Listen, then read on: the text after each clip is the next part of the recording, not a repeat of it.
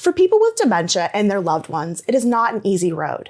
It is a future that is uncertain for many reasons, but there are people and organizations that can help lessen those uncertainties and shine some light through the darkness.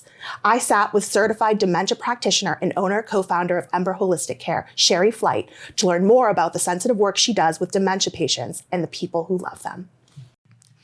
All right, I'm with Shari Flight. Welcome. So happy to have you on Open here. Yeah, I'm excited to be here. So let's dig in.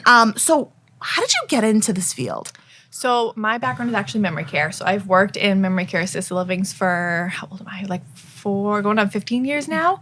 And I loved it. I started in activities. So I started with making sure that they're staying engaged, switched over to sales. And kind of within those two roles, I started to realize alongside Katie, who owns it with me, she's an LPN, that there was just a need for more support for the caregiver on top of making sure that the person with dementia is getting care, because we were just seeing time and time again that caregiver just not really getting the support when somebody was diagnosed with dementia. So from being in the business and seeing that need, we were like, you know what, there's something here. We need to do something about this. So it's kind of where it started. But my background has just been within the field, being with the people with dementia. I love it. So people have a general idea of what dementia is, but can you go into a little bit more detail just for some of us who don't know the ins and outs of it, of what it does to the mind and the body? Absolutely. And I do want to say the best way I've ever heard it describe dementia, because people get confused, dementia itself is not actually a diagnosis. A lot of people are diagnosed with dementia, but there should be another diagnosis to go with that. So dementia, the way I heard it described, which I love, is it's like a fever. So if you go to the doctors and you have a fever, they're not going to send you on your way and being diagnosed with a fever. They're going to say there's something causing that fever, like flu or COVID. So dementia is the fever, it's the symptom. And there's like hundreds of different types of things that lead up to that, like Alzheimer's, vascular dementia. But it varies from person to person. Everyone's journey is very different with it. But it can be from the memory loss, which is what the biggest thing that everyone knows is that memory loss piece, to changes in the way you speak. Some people forget how to speak. Some people have what we call word salad, where they're speaking, but it just doesn't really make sense. Almost kind of sounds like a toddler that's trying to start talking, where it's just like, what are you saying? I can't understand. For some people's personality changes, that's where it's really hard for families, because their loved one is really changing that personality. That's a hard one. Problem solving is challenging. They could see that it's sunny out and not realize that it's actually cold out, so they may think they need to dress for the summertime. So it changes a lot of things like that. And then as you progress more, that's where you start to see people forget how to walk, they can forget how to eat, forget how to communicate. So if they have a need, they can't communicate that with you.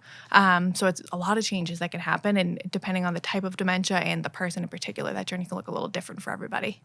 Can you tell me a little bit more about Ember Holistic Care? Yeah. What kind of services do you provide? Yes. So our overarching goal is to make sure that the person with dementia is getting as much support as possible. And in doing that, we want to make sure that the caregiver is getting support. So we assist the person with dementia, but we put just as much effort into the caregiver.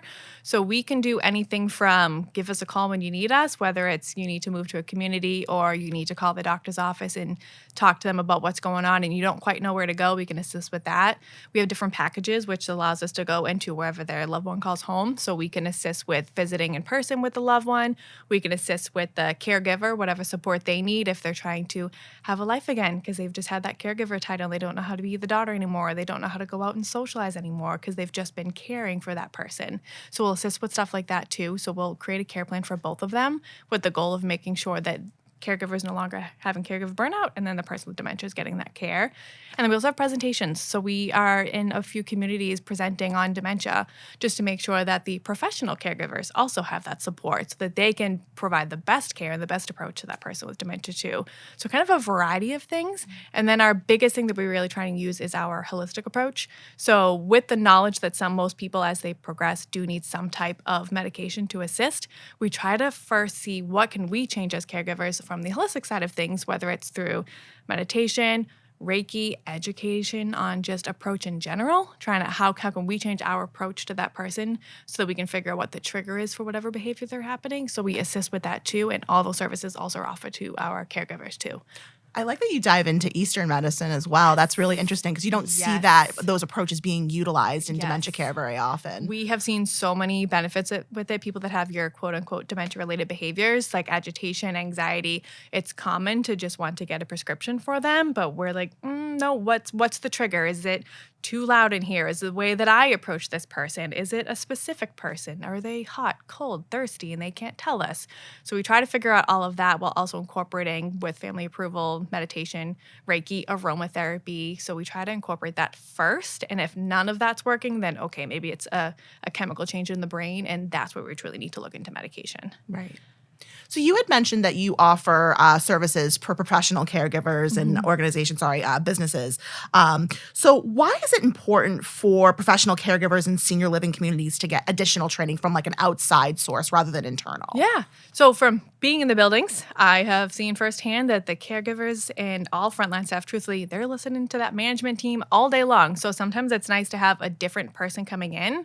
And I think just hearing it from somebody else, seeing that the community, the company, whoever is the one that brought us in, is seeing like, okay, they're putting effort in to get us additional training, they'll usually listen a little bit better. And we try to update our training as much as possible. Not all communities do that from what we've experienced. So we just want to make sure that we have top notch. It's all interactive training too, so we're getting them involved so they're not just sitting there listening to us talk. And we just try to make it as interactive as possible so that they can take as much away from it as possible. Very important to make that interactive component. Like I can't learn unless. No. You and Katie seem to put a lot of emphasis on caring for the caregiver. Why do you think that's so important? Because burnout is so high. Truth. Unfortunately, oftentimes when we have the caregiver finally call us, they've already they're like right there at the cusp of that burnout, or they have way surpassed it. So our goal is to try and avoid it by giving them just as much TLC as the person with dementia. So whatever that is, whether it's our goal is to get you away for a weekend with your husband, whether it's to get you back to playing tennis, whatever it is that you like to do for fun, our goal is to try and get them to feel comfortable with stepping away as the caregiver and being able to remove that hat as much as possible.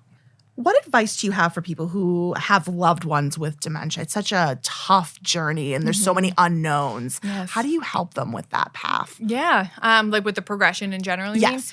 mean? So the biggest thing is just accepting where they're at, and it is a grieving process similar to when you lose somebody. There's steps of grieving because you are slowly losing the person in front of you, but they're still here. So it's grieving, but in a different way.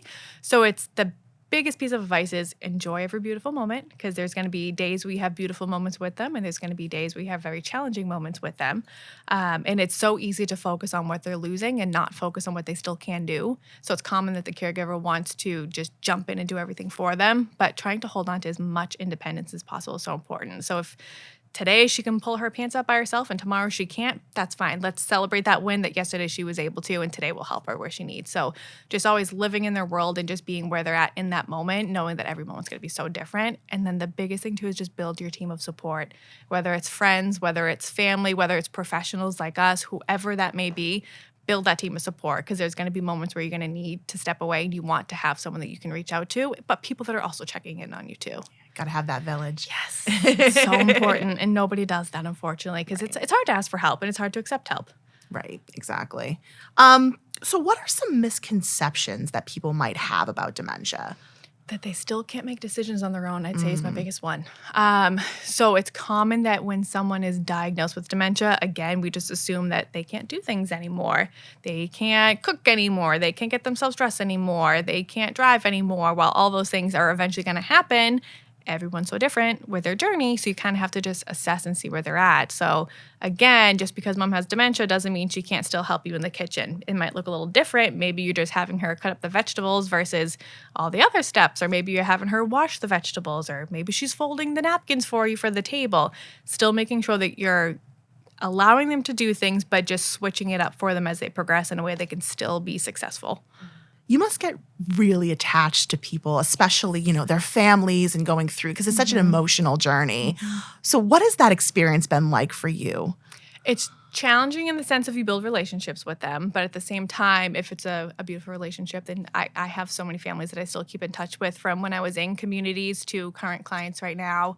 Katie and I actually have one client. It's been our longest standing client that we're assisting. It's their mother that we're taking care of. It's the daughter and her son-in-law. And we always joke, like, when the day comes that you no longer need us, like, we're going to go out and have some drinks together.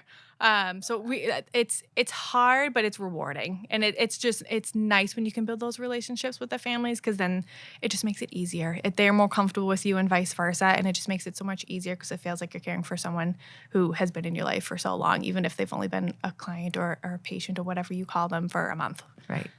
Is this your passion? Do you feel like this is your calling? 100%. The first time I switched my career entirely for it. I went to school for business and I was going to own my own hair salon one day. That was the original goal. And then my great uncle was diagnosed with Alzheimer's in the building actually he lived in. I ended up working in at one point, which was really cool. It was after he had passed. But I just knew the basic that everyone knows of the memory loss, and then getting to kind of experience his progression. I was like, this is amazing. It's sad, but it's also amazing. There's more here to this. So I completely switched everything. Thankfully, I was only a sophomore, so it wasn't too long into my venture, but it's definitely my passion. I absolutely love when I'm in the buildings. I love when I get to actually see the person with dementia. I adore every bit of it. And you seem to. And honestly, you're doing such an incredible work for such a sensitive and such a difficult time in a lot of people's lives. Yes. So, yeah. Of course. I was going to say, especially since COVID, we've seen more cases. And then baby boomers, unfortunately. We've seen a lot more of the younger population with the diagnosis now, too. Yeah. But you're living it, you're in the trenches. That's amazing. Thank you so much for joining us today. Course. Thank you for having me.